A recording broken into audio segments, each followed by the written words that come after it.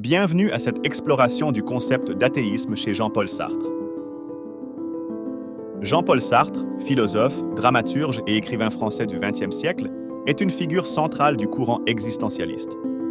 Pour comprendre pleinement son œuvre, il est essentiel de saisir son athéisme radical et comment ce point de vue façonne sa philosophie. Sartre est célèbre pour son athéisme résolu.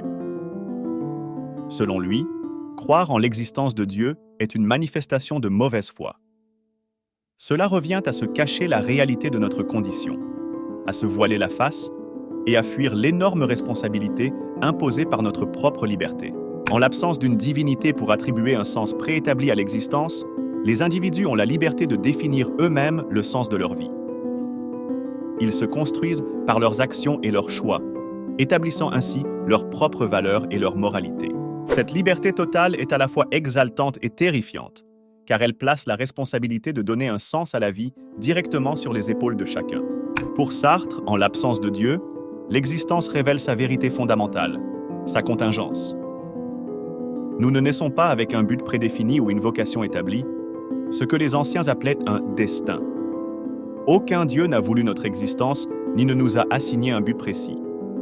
Pour Sartre, assumer pleinement notre condition signifie se confronter à l'absurdité de l'existence, à sa contingence, c'est-à-dire à son absence de nécessité, et prendre la responsabilité de donner nous-mêmes un sens à nos vies. Si la vie n'a pas de sens prédéfini, si nous sommes jetés dans le monde sans pourquoi, sans raison d'être et sans nécessité, alors elle ne peut avoir que le sens que nous lui attribuons. Cela implique que chaque individu est complètement libre et donc totalement responsable de sa propre vie. En outre, en l'absence de Dieu, il n'y a pas de nature humaine prédéfinie. L'existentialisme est une philosophie qui soutient que l'existence précède l'essence. En d'autres termes, les êtres humains existent d'abord, apparaissent dans le monde, puis choisissent ce qu'ils sont à travers leurs actions. Enfin, en l'absence de Dieu, il n'y a pas de valeur morale absolue et transcendante s'imposant d'en haut à notre volonté. Il incombe à chacun d'inventer ses propres valeurs, purement humaines, plutôt que de se réfugier derrière de prétendus commandements divins. Ainsi, selon Sartre, la croyance religieuse relève de la mauvaise foi parce qu'elle constitue une forme de déni de la véritable nature de notre existence.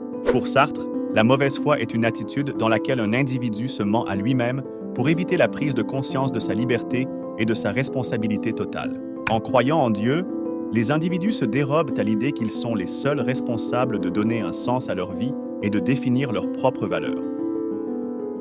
Ils cherchent refuge dans une autorité supérieure qui dicterait le sens de leur existence et les guiderait moralement, échappant ainsi à la lourde charge de leur liberté absolue.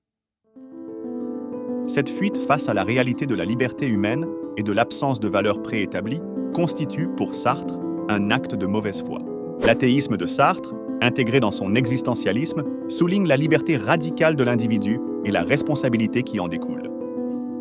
La mauvaise foi, quant à elle, montre comment les gens tentent d'échapper à cette liberté en se mentant à eux-mêmes. Comprendre ces concepts nous pousse à réfléchir sur la nature de notre existence et sur la manière dont nous choisissons de vivre nos vies. En fin de compte, la philosophie de Sartre nous invite à embrasser notre liberté et à affronter l'angoisse existentielle avec honnêteté et courage.